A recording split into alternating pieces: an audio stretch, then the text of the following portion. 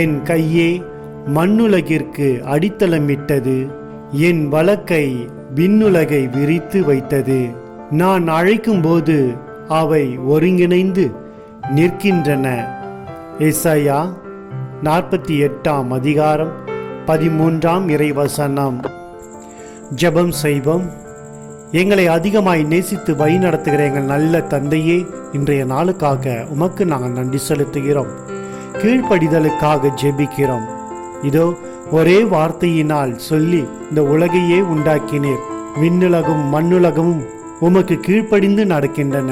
அவ்வாறு இருக்க மனிதர்களாகிய ஒவ்வொருவரும் உமக்கு கீழ்ப்படியக்கூடியவர்களாய் மாற்ற வேண்டும்படியாக ஜெபிக்கிறோம். அநேகர் கீழ்ப்படிதல் இல்லாமல் வாழ்ந்து கொண்டிருக்கிறார்கள்.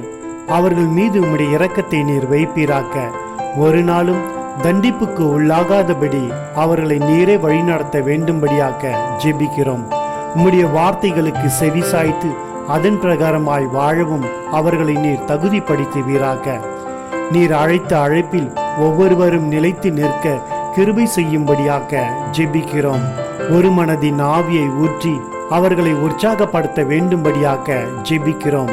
நீரே அந்த ஆசீர்வாதத்தை கொடுத்து ஆசீர்வதித்து வழிநடத்த வேண்டும்படியாக ஜெபிக்கிறோம். ஆண்டவர் இயேசு கிறிஸ்துவின் பெயரால் ஜெபிக்கிறோம் எங்கள் நல்ல பிதாவே. ஆமேன்.